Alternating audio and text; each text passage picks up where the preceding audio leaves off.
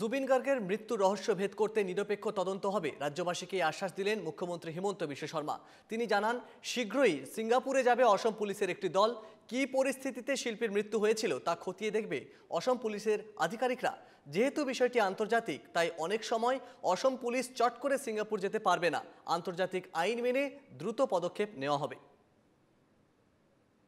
মই আৰু এটা কথা সামাজিক মাধ্যমতো মই ৰিকুৱেষ্ট কৰিম যে যাৰ লগত যি তথ্য আছে এই বিষয়ে, কোনোবাই সিদ্ধাৰ্থ শৰ্মাৰ বিৰুদ্ধে কৈছে, কোনোবাই একেবাৰে মই কিমান মানৱীয় নাজানো একদম গৰিমা গাৰ্গৰ বিষয়ে লিখা আৰম্ভ কৰিছে। কিমান মই নাজানো whether it is a tribute to Zubeen or actually কি ময়ো ক'ব দিগদাৰ পাওঁ।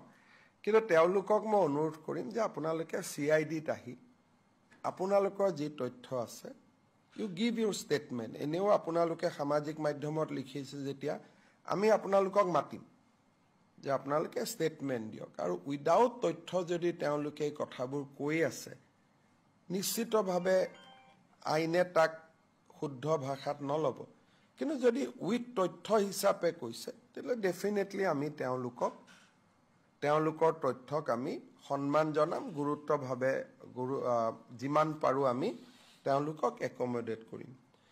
আমাৰ লেটাৰ ৰগেটৰী ছিংগাপুৰত আমি লেটাৰ ৰগেটৰী পঠিয়াম খুব সোনকালে, যাতে ছিংগাপুৰে আমাক কোঅপাৰেট কৰে।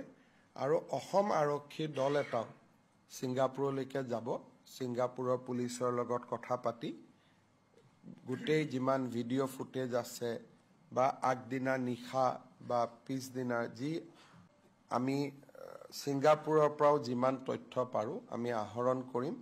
আৰু খুব সোনকালে ছিংগাপুৰতো অসম আৰক্ষীৰ দল এটা উপস্থিত হ'ব।